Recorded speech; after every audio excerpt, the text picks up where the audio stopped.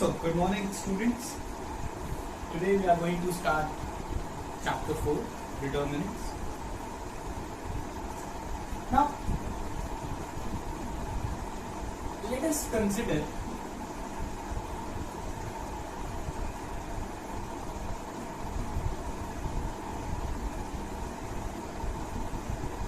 a system of equation. बहुत basic से start करेंगे.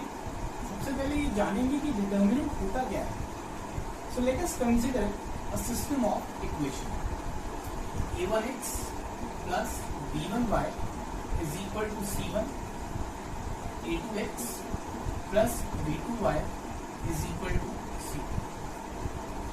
और अगर आपको ये याद हो कि इस पर्टिकुलर सिस्टम ऑफ इक्वेशन को हमने चैप्टर 3 दैट इज मैट्रिसेस, इस पर्टिकुलर सिस्टम ऑफ इक्वेशन को मैट्रिक्स फॉर्म में लिखना सीखा.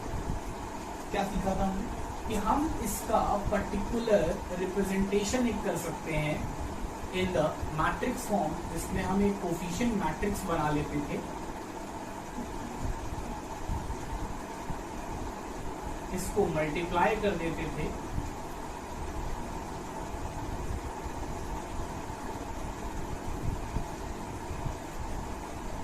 by a second matrix consisting of unknown variable, and ये basically इसके RHS के बराबर हो जाता था C1 and C. So ये basically एक system of equation है, ये इसका मैट्रिक्स है. अब क्लास 10 में हमने क्या पढ़ा? क्लास 10 में हमने पढ़ा था कि ये पर्टिकुलर सिस्टम ऑफ इक्वेशन जो है इसका यूनिक सोल्यूशन किस कंडीशन में हो सकता है. अगर आपको याद हो तो क्लास 10 में हमने पढ़ा था कि this particular system of equation will have a unique solution if and only if a1 upon a2 is not equal to b1 upon. पढ़ा था हमने, लिख देता हूँ मैं. Condition for unique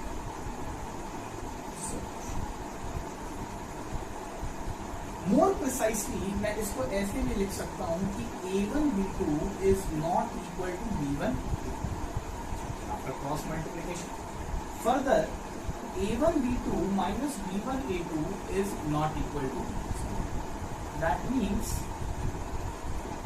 कि ये particular system of equation unique solution carry करेंगी कि नहीं करेंगी वो किस फैक्टर पे डिपेंड करेगा. वो इस पर्टिकुलर वैल्यू पे डिपेंड करेगा. a1 b2 minus b1 a2 इस वैल्यू पे डिपेंड करेगा. अगर ये वैल्यू 0 के बराबर नहीं होती है तो मैं ये कह सकता हूँ कि ये जो गिवन सिस्टम ऑफ इक्वेशन है इसका यूनिक सोल्यूशन होगा. लेकिन कहीं अगर ऐसा हो गया कि ये वैल्यू 0 के बराबर हो गई, देन मैं बोल सकता हूँ इस पर्टिकुलर सिस्टम ऑफ इक्वेशन के पास कोई भी यूनिक सोल्यूशन नहीं. That means this particular value a1 b2 minus b1 a2 is a determining factor for the existence of unique solution for the given system of equation. अच्छा, इस चीज को मैं carry करता हूँ मैट्रिक्स फॉर्म में. कहीं ना कहीं ये value a1 b2 minus b1 a2 अगर आपको दिख रहा हो तो वो इस कोफिशिएंट मैट्रिक्स से ही तो निकलेगी. अगर कोफिशिएंट मैट्रिक्स में a1 b2 minus b1 a2 किया जाए तभी तो ये डिटरमाइनिंग वैल्यू निकल रही है. That means this particular value is associated to this coefficient matrix and is a determining factor for the unique value of x and y. Right? So basically a1 b2 minus b1 a2 is a unique value associated to the coefficient और एक determining factor है. That means कहीं ना कहीं ये जो value है वो इस मैट्रिक्स इक्वेशन के लिए एक डिटरमाइनिंग फैक्टर की तरह एक्ट कर रही है. और ये एसोसिएटेड किससे है? वो इस स्क्वायर मैट्रिक्स ऑफ ऑर्डर 2 से एसोसिएटेड है. तो दैट मीन्स आपको एक बात और समझ में आ गई कि डिटर्मिनेंट जो है वो एक यूनिक वैल्यू होती है जो कि किसी स्क्वायर मैट्रिक्स से एसोसिएटेड होती है। अब वो स्क्वायर मैट्रिक्स ऑर्डर 2 की भी हो सकती है, ऑर्डर 3 की भी हो सकती है, ऑर्डर 4 की भी हो सकती है। खैर हमें ऑर्डर 3 के आगे नहीं बढ़ना है, हमारा काम ऑर्डर 3 तक चल जाएगा। सो चलिए ऑर्डर 3 की तरफ बढ़ते हैं। ऑर्डर 3 की तरफ क्या हो सकता है देखते हैं। अगर मैं एक सिस्टम ऑफ इक्वेशन कंसिडर करूं जिसमें 3 वेरिएबल हैं, लेट अस से कि a1x plus b1y plus c1z is equal to b1, a2x plus b2y plus c2z is equal to b2, a3x plus b2y b3y plus c3z is equal to b3। ठीक है, तो अगर इसका matrix notation, matrix form मैं आपसे पूछूं, सबसे पहले तो कोफिशिएंट मैट्रिक्स लिखेंगे। क्या हो जाएगा, a1 a2 a3 एक कॉलम में, देन b1 b2 b3 दूसरे कॉलम में, then c1 c2 c3 in third column. This is your coefficient matrix. Then further we have x, y and z, the 3 unknown variables, is equal to b1, b2 and b3.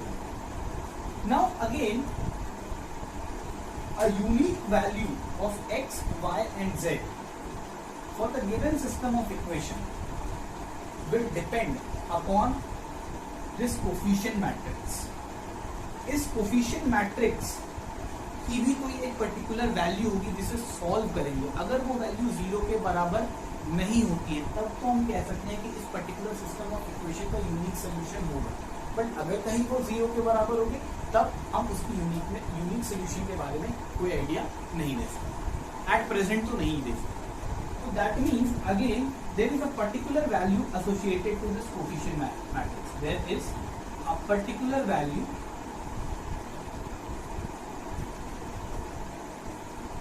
associated to this matrix which determines the uniqueness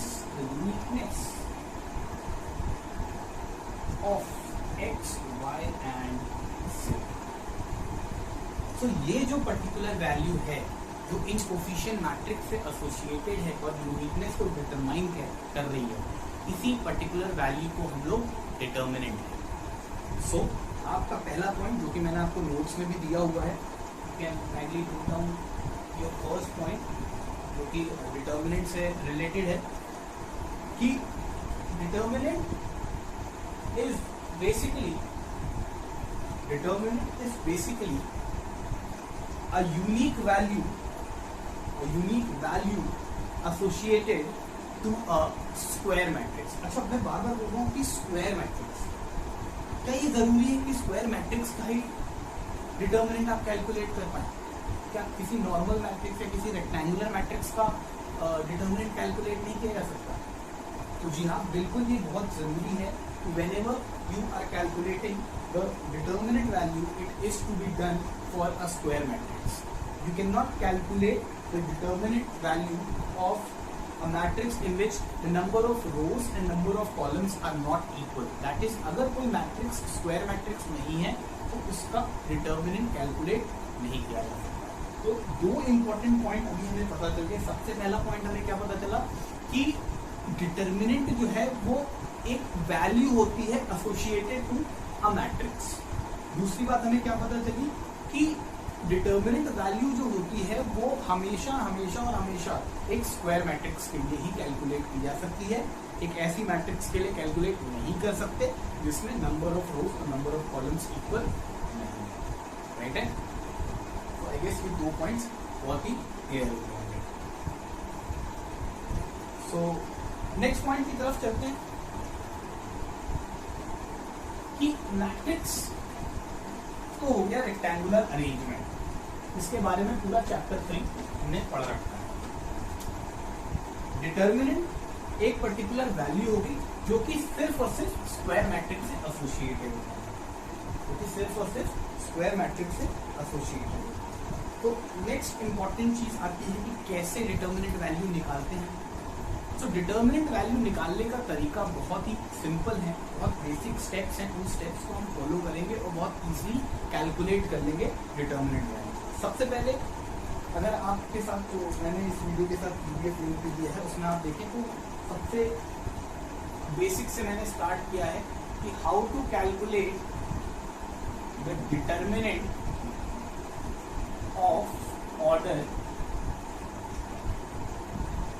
1 cross 1. In fact, determinant for a matrix of order 1 cross 1. For a matrix of order 1 cross 1. अच्छा, बार बार ये बोलना भी जरूरी नहीं होता ना कि determinant for a matrix of order 1 cross 1, क्योंकि आपने पढ़ा होगा चैप्टर 3 में that if there is a square matrix then उसको सिंपल स्क्वायर मैट्रिक्स है जिसमें 3 रोज 3 कॉलम्स है, तो उसको हम सिंपली बोल सकते हैं कि अ मैट्रिक्स ऑफ ऑर्डर 3। तो अ मैट्रिक्स ऑफ ऑर्डर 3 का ऑब्वियस मतलब है कि वो एक स्क्वायर मैट्रिक्स की बात कर रहा है जिसका ऑर्डर 3 क्रॉस 3 है, या वो एक स्क्वायर मैट्रिक्स की बात कर रहा है जिसमें 3 रोज 3 कॉलम्स है। ठीक, तो मैं चाहे ये बोलूँ कि determinant for a matrix of order 1 cross 1, या फिर मैं ये बोलूँ कि अ मैट्रिक्स ऑफ ऑर्डर 1। एविडेंट है कि स्क्वायर मैट्रिक्स की बात हो रही है, इसमें एक रो है और एक कॉलम है। अच्छा, खुद सोचो, अगर कोई मैट्रिक्स है जिसमें एक रो और एक कॉलम है तो वो कैसा दिखेगा? ये रहा एक कॉलम और एक ही रो, मतलब ये सिंगल एलिमेंट होगा, एक ही एलिमेंट होगा इसमें A11, और क्योंकि इसमें एक सिंगल एलिमेंट होगा A11, तो ऐसे केस में जो डिटर्मिनेंट होगा जिसको हम लोग डेल्टा से डिनोट करते हैं, या फिर डिटर्मिनेंट ऑफ ए ऐसे लिखते हैं, या फिर कुछ किताबों में ऐसे भी मिल जाएगा डिटर्मिनेंट ऑफ ए, वो अपने आप में वो एक एलिमेंट होता है, वो खुद वो एलिमेंट होता है जिस मैट्रिक्स में, राइट है। नेक्स्ट है हाउ टू फाइंड आउट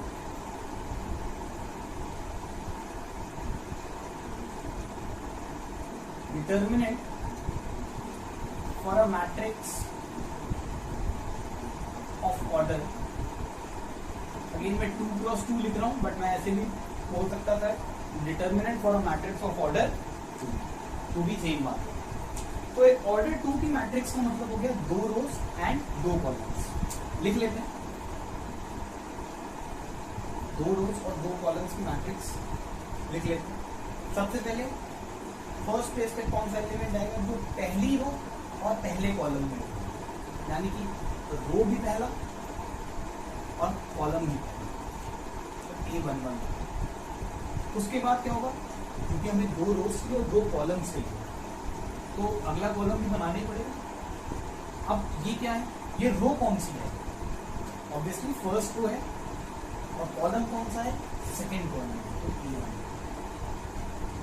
अब मैं यहाँ नहीं लिख सकता एलिमेंट, क्यों? क्योंकि अगर मैंने यहाँ एलिमेंट लिख दिया तो वहाँ पे 3 कॉलम हो जाएंगे। मैं 3 कॉलम नहीं चाहता हूँ, मैं तो सिर्फ 2 कॉलम चाहता हूँ, क्योंकि ऑर्डर 2 क्रॉस 2 है, ऑर्डर 2 क्रॉस 2 है, यानी कि 2 रोज और 2 कॉलम्स हो सकते हैं। तो यानी कि 2 कॉलम्स हो चुके हैं, that means we have to switch to the second row. Now second row is what? Second row means A2, and since it is first column, तो यहाँ पर मैंने 1 लिखा। Lastly, A2, which means second row and second column. So this is basically a square matrix of order 2 cross 2, जिसके elements A11, A12, A21, A22 हो सकते हैं। इसकी जगह कोई भी रियल एंटिटी या कॉम्प्लेक्स एंटिटी आ सकती है, इसके बारे में आप ऑलरेडी चैप्टर पूरी डिटेल के साथ पढ़ चुके हो, so that should not be an issue. Now again, अगर मैं इसके डिटर्मिनेंट की बात करूँ, तो मैं डेल्टा से डिनोट कर सकता हूँ, डिटर्मिनेंट ऑफ एक ऐसे भी कर सकता हूँ, या फिर कुछ किताबों में आपको डिटर्मिनेंट ऑफ एक ऐसे भी लिखा हुआ मिलेगा। तो it's nothing but cross multiplication यहाँ से स्टार्ट करेंगे हम लोग। A11 को मल्टीप्लाई कर देंगे A22 से, और A12 को मल्टीप्लाई कर देंगे A22 से, और इन 2 वैल्यूज को फिर सब्ट्रैक्ट कर देंगे। Remember that A11 will be multiplied by A22, then A12 will be multiplied by A21, A11 multiplied by A22, A12 multiplied by A21 and then both these values will be subtracted. So for example,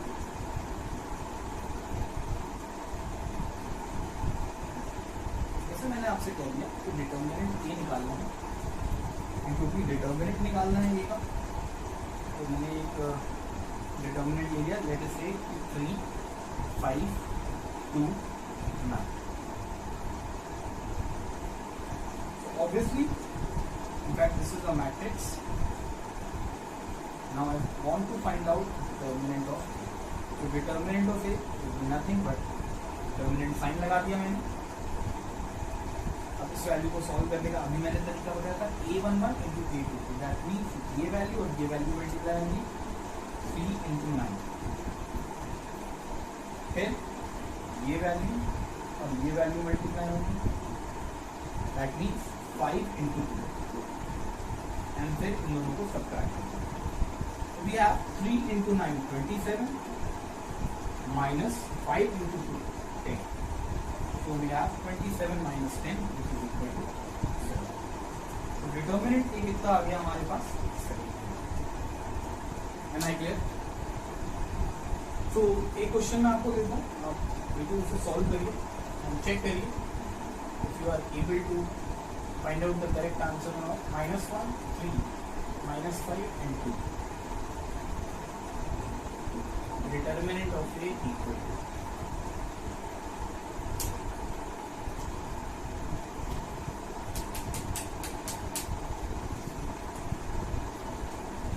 I guess हो गया होगा सबका.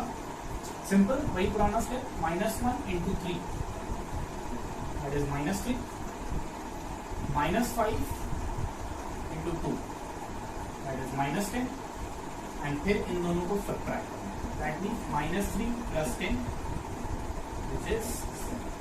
The determinant of A is, am I clear?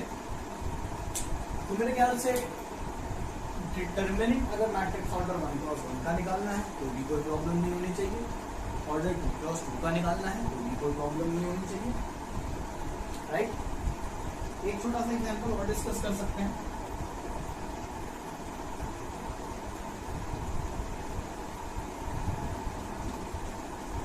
अच्छा, note करने की अक्सर कोई need नहीं है बिकॉज नोट्स प्रोवाइड कर दिए मैंने, उनको सिंपली अंडरस्टैंडिंग बहुत ज़्यादा जरूरी है.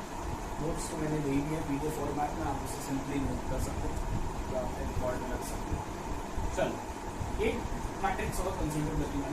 बहुत कॉमन क्वेश्चन पूछा भी जा सकता है, sine theta minus cos theta again cos theta sine theta. ये एक मैट्रिक्स है. Then find determinant of A.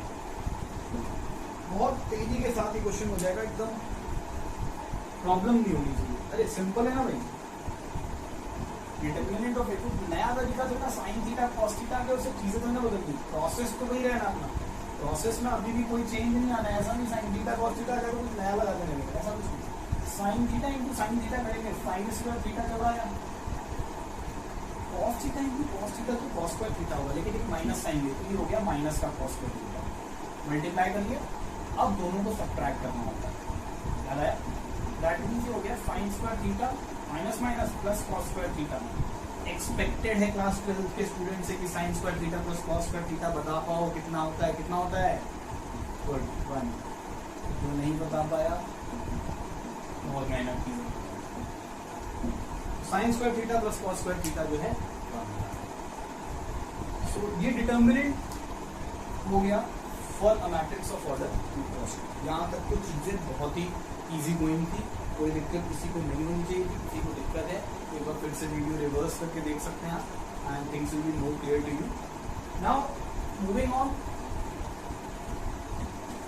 To the determinant of order 3 cross 3 और a square matrix of order 3, which is most important part. आप समझें कि कैसे आप किसी 3 क्रॉस 3 मैट्रिक्स का डिटर्मिनेंट कैलकुलेट कर सकते हैं. दूसरा पार्ट हो गई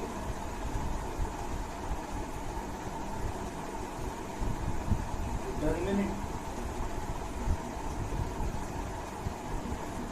of matrix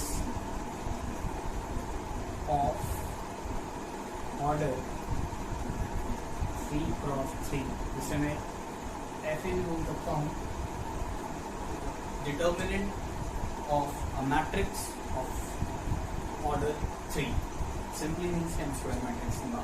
सबसे पहले मैं एक स्क्वायर मैट्रिक्स लिख लेता हूँ। लेट A इक्वल टू एक square matrix of order 3 cross 3 लिख सकते हैं।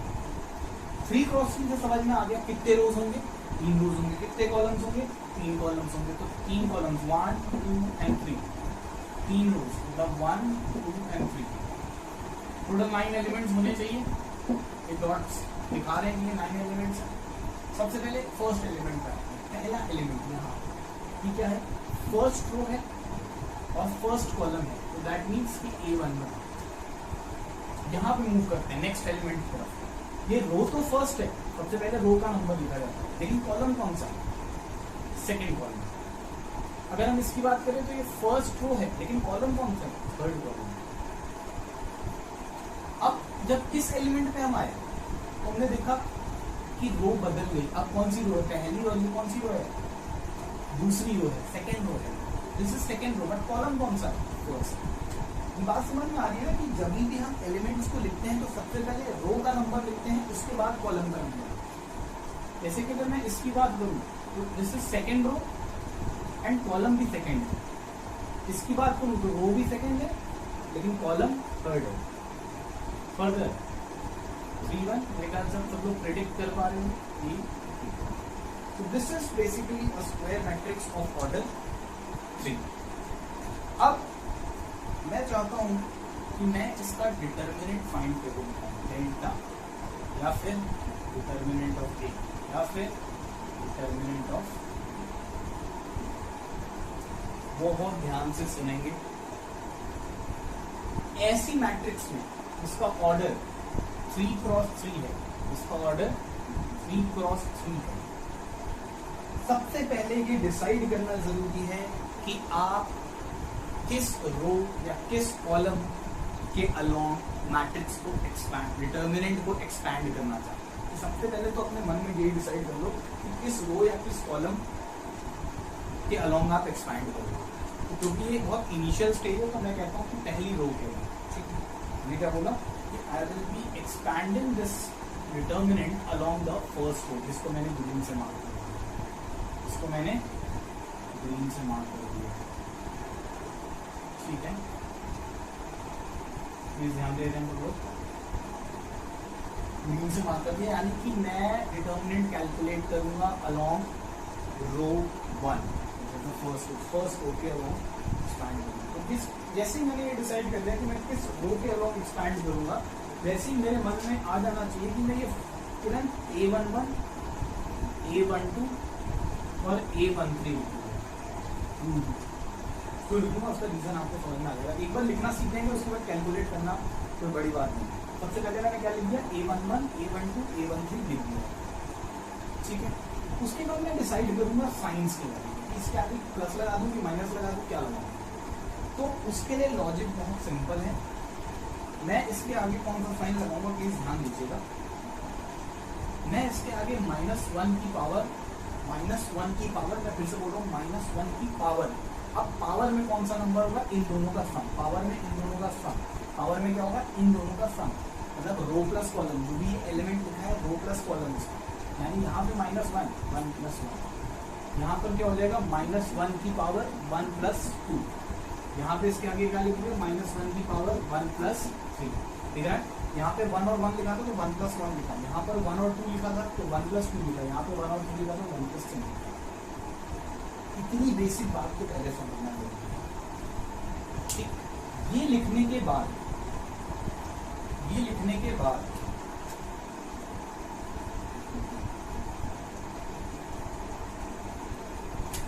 मुझे यहाँ पर एक सेकेंड ऑर्डर का डिटर्मिनेंट चाहिए होता है, ऑर्डर 2 का मैट्रिक्स चाहिए होता है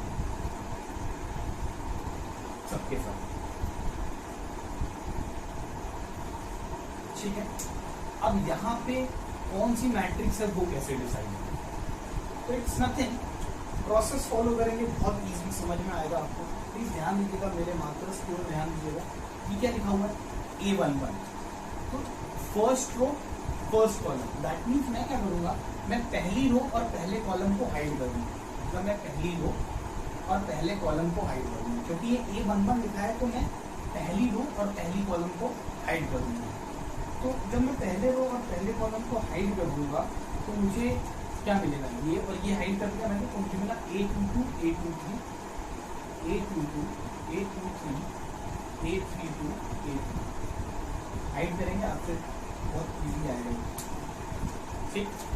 प्लस फर्दर आगे बढ़ते हैं।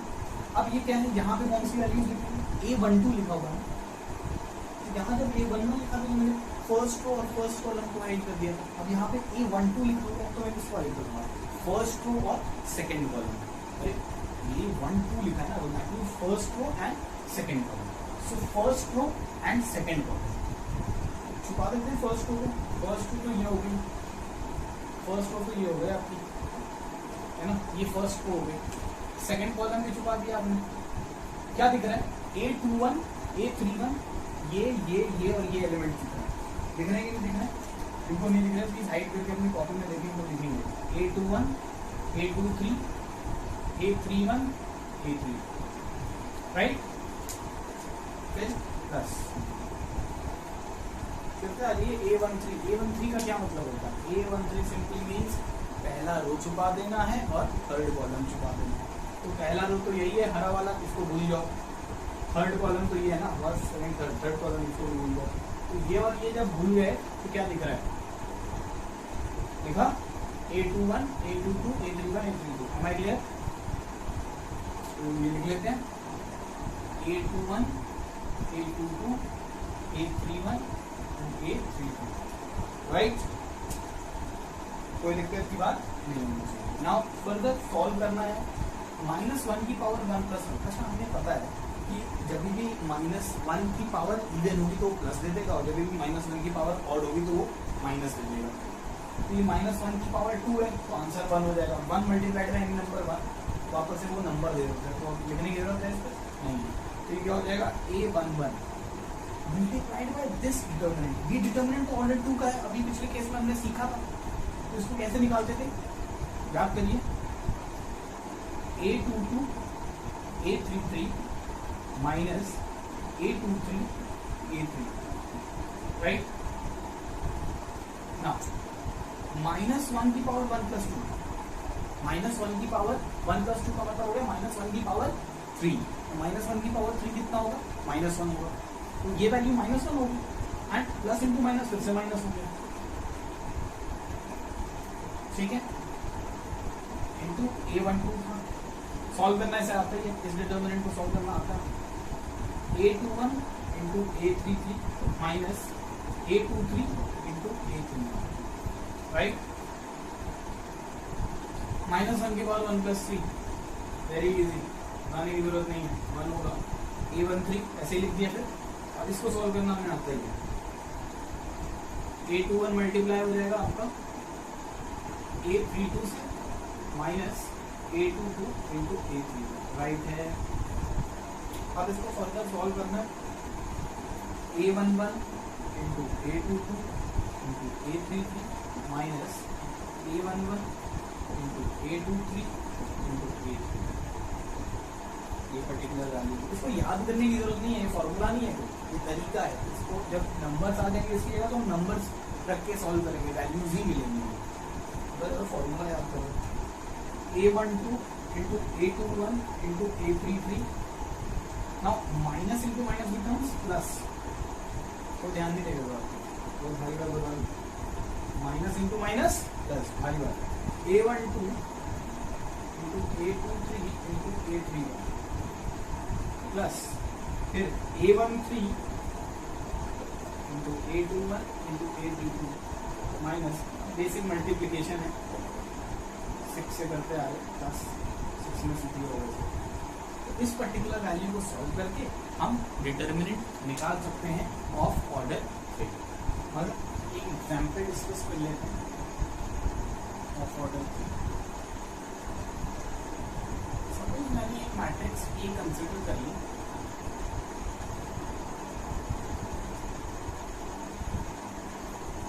वन 3 5 7 0 2 2 4 3। तो फर्स्ट बेसिक स्टेप जो है वो ये है that you need to decide कि आप इस मैट्रिक्स को किसके अलोंग सॉल्व करना चाहते हो, to find out its determinant. It is very important that you should decide कि डिटर्मिनेंट को आप किस रो या फिर किस कॉलम के अलोंग एक्सपैंड करना चाहते हैं। तो सबसे पहले तो ये इंपॉर्टेंट है कि आप डिसाइड करो कि आप किस रो या किस पर्टिकुलर कॉलम के अलोंग इस डिटर्मिनेंट को, इस मैट्रिक्स के लिए डिटर्मिनेंट एक्सपैंड करना चाहते हैं। तो कोई भी एक रो या कोई एक कॉलम आप चूज कर लेते हैं, क्योंकि मैंने अभी कुछ देर पहले डिस्कस किया था जब तो मैंने फर्स्ट रो के अलोंग एक्सपैंड किया, तो सबसे पहले मैं उसी के अलोंग आपको सिखाना चाहता हूँ। तो एक्सपैंडिंग अलोंग R1, R1 मतलब पहली रो के अलोंग में एक्सपैंड करें, ठीक है। सो डिटर्मिनेंट जिसको हम डेल्टा से डिनोट कर सकते हैं, can be written as determinant of a, या फिर कुछ बुक्स में आपको डिटर्मिनेंट ऑफ ऐसा भी लिखा हुआ। तो सबसे पहले हम क्या करते हैं कि रो 1 जिसके अलोंग आप एक्सपैंड करना चाहते हैं, जिस भी रो या जिस भी कॉलम के अलोंग आप एक्सपैंड करना चाहते हो, उसके एलिमेंट्स को एज इट इज लिख दो। जैसे मैं रो 1 के अलोंग एक्सपैंड करना चाहता हूँ, तो मैंने 1 3 5 ये एज इट इज। देन इनके आगे मैं -1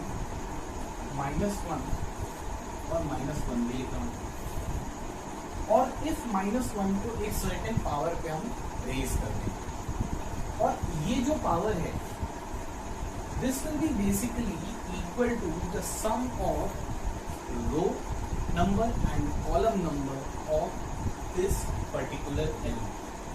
कहने का मतलब है कि 1 जो है उसका पोजीशन नंबर आप पता करें, 1 जो है वो पहली रो और पहले कॉलम में लाई करने वाला है।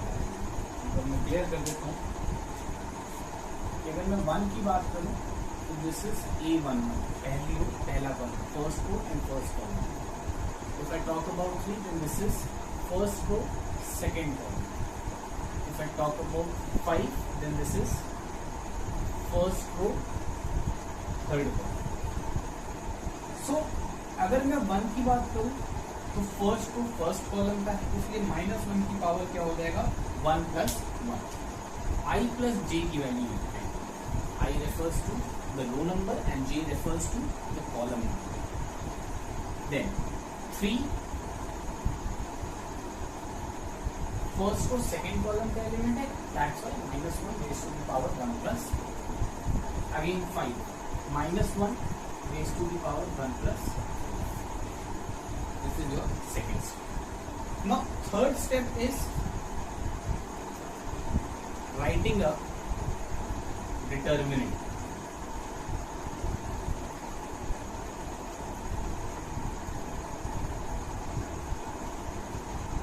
एक डिटर्मिनेंट लिखना होता है ऑफ ऑर्डर 2, और ये जो डिटर्मिनेंट होता है ये कैसे मिलता है? It is basically obtained by removing the ith row and jth column. जो भी एलिमेंट इसके आगे आपने लिखा है, जैसे आपने इसके आगे 1 लिखा है, तो 1 जो है वो पहली रो और पहली कॉलम का एलिमेंट है, तो आप पहली रो और पहली कॉलम को एलिमिनेट कर दोगे, बचा हुआ जो डिटर्मिनेंट होगा वो यहाँ पे लिख देगा। क्लियर? तो जैसे अगर मैं बात करूँ 1 की, तो 1 basically first row first column, तो मैं थोड़ी देर के लिए फर्स्ट रो और फर्स्ट कॉलम को एलिमिनेट कर दूंगा। मैं अंडरलाइन कर रहा हूँ ताकि आपको समझ में आ जाए कि ये एलिमेंट्स आपको कंसिडर नहीं करना है। See first row and first column, भूल जाइए इसको, भूल जाना है इसको।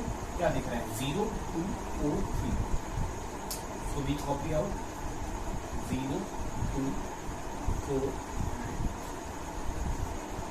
Further next element is 3, next element is 3। तो 3 बेसिकली लाइज इन फर्स्ट को सेकेंड कॉलम। तो हम फर्स्ट को और सेकेंड कॉलम को एलिमिनेट कर देंगे। फर्स्ट को, दिस इज योर फर्स्ट को, दिस इज योर सेकेंड को। भूल जाओ इनको।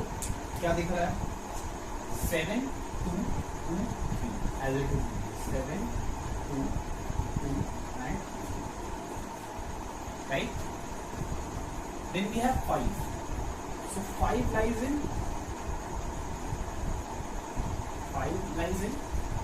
first row and third column. So हम first row को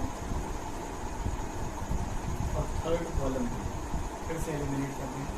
So क्या दिख रहा है 7 0 2 4 as it is, लिख देंगे इसको 7 0 2। Now we just need to solve this expression to get the required value of theta. Minus 1 raised to the power 1 plus 1 becomes 1 and 1 into 1 becomes 1. This particular determinant is of order 2. इनको solve करना हमने पिछले topic में सीखा। 0 into 3 becomes 0, 4 into 2 becomes 8 when we need to subtract. Minus 1 raised to the power 1 plus 2 is minus 1 की power 3. Minus 1 raised to the power odd number is again minus 1. So minus 1 into 3 becomes minus 3. 7 into 3 21, right? And 2 into 2 4.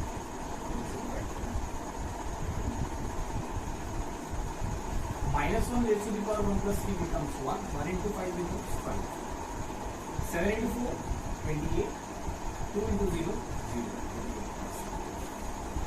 Now we have 1 into minus 8, minus 3 into 17, plus 5 into 20,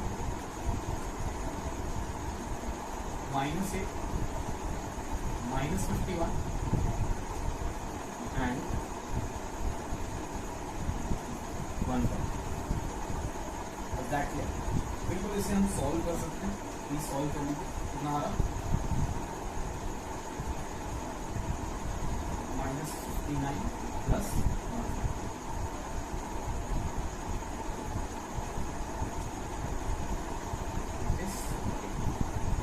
So the value of this determinant is 81.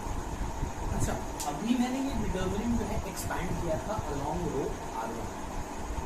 So क्या अगर मैं इसको R2 के along expand करता तो क्या answer बदल जाता, या R3 के अलोंग एक्सपैंड करता तो क्या आंसर बदल जाता, या C1 के अलोंग एक्सपैंड करता तो क्या आंसर बदल जाता, या C2 के अलोंग करता या C3 के अलोंग करता। मैं किसी भी रो या किसी भी कॉलम के अलोंग एक्सपैंड करता, आंसर 81 ही आता और कुछ भी नहीं आ सकता।